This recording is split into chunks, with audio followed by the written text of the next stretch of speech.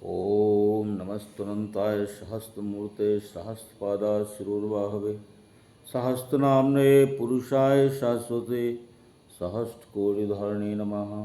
उस परमात्मा को प्रणाम करते हैं जिसके करोड़ों हाथ हैं, करोड़ों पैर हैं, करोड़ों मुख से वो बोलता है।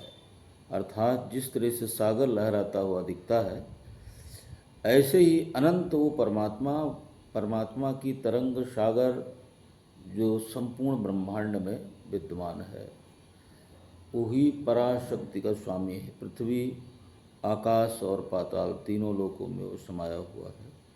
उस परमात्मा का वास हमारे हृदय रूपी गुफा में भी है और वही इस शरीर को चला रहा है। ये शरीर का कोई मतलब नहीं है, ऐसे ही जगत का कोई मतलब नहीं है, लेकिन इस दृष्टि को सब लोग नहीं पा पाते हैं।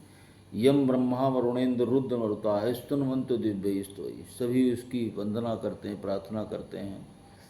फिर वही अपनी दृष्टि जब दे देता है, तब हमको उसकी महिमा का बोध हो पाता है। जब उसकी महिमा का बोध हो पाता है, तब हम उसकी गहराई को समझ सकते हैं। उस परमात्मा का ज्ञान हमें शांति और एकांत में मिलता है।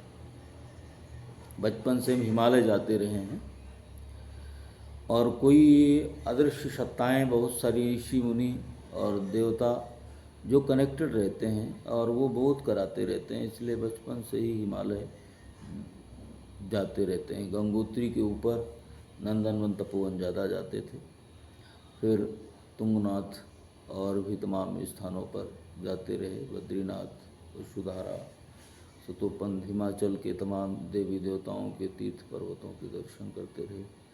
दक्षिण भारत में, महाराष्ट्र में वो परमात्मा हमें भेजता रहा, सभी तीर्थों के दर्शन हो गए। अभी फिर प्रेरणा मिली कि पांडुकेश्वर तुमको जाना है। बद्रीनाथ के पहले 23 किलोमीटर पहले देवताओं का नगर है, हम वहाँ जाएंगे, साधना करेंगे। अभी सीधे केदारनाथ जाएंगे। केदारनाथ में तपस्या करके भगवान के दर्शन करने के बाद फिर बद्रीनाथ में रहेंगे और इधर से जाएंगे पांडुकेश्वर और उधर से फिर आएंगे, तब रुकेंगे पांडुकेश्वर।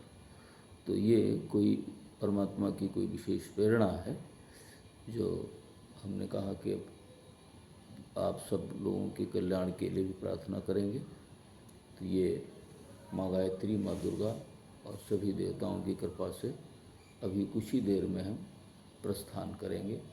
आप सब हमारी शुभकामनाएं ग्रहण करें और अपना भी स्नेह प्यार जैसे भी बनाए रखते हैं ऐसे ही बनाए रखें। हम सबको के कल्याण के लिए प्रार्थना करते हैं, किसी को दुख ना हो, किसी को कष्ट ना हो। जो हम हमसे प्रेम करते हैं उनके लिए तो विशेष कर करते हैं, लेकिन प्रारब्ध अपने अपने हैं। लेकिन ये प्रार्थना करेंगे आप लोग भी कुछ ना कुछ साधना किया करें, गायत्री मंत्र का जप किया करें, ओम नमः शिवाय किया करें। तो कुछ क्षण 5 मिनट 2 मिनट बैठ करके अपने बारे में सोचा करें और उस परमात्मा से प्रार्थना करें, हे प्रभु ये संसार बड़ा कष्टमय है, अपार संसार समुद्र मध्य मुरारी पादाम बुझ दीर्घ नौका।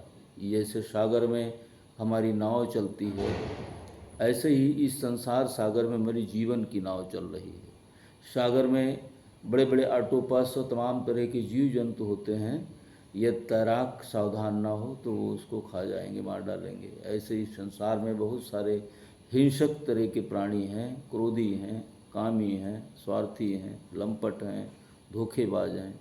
वो कब आपको धोखा दे दें, कब आपको कष्ट पहुंचा दें, आप पीड़ित रहें। आपके पास जो पास पड़ोसी चारों ओर रहते हैं और उनका उद्देश्य नियम पर चलना नहीं होता है, जहाँ से जो मिल जाए उस हड़प लो, तो वो उनका संस्कार ही पीड़ा देने का है। लेकिन तुलसीदास जी ने तो उनकी वंदना की, बंदों प्रथम मही सुरसरना, क्योंकि वो लोग अपने को कष्ट में डाल करके हमारे जो प्रारब्ध हैं, हमारे पिछले जन्म को कर्म हैं, उनको नष्ट करने में हमें मदद करते हैं। जब हम प्रतिकूलताएं होती हैं, कष्ट आते हैं, तो हम और ईश्वर को याद करते हैं, स्मरण करते हैं। तो भक्त के लिए वो तो वरदान होते हैं, इसलिए असज्जन का भी प्रणाम करते हैं हम लोग।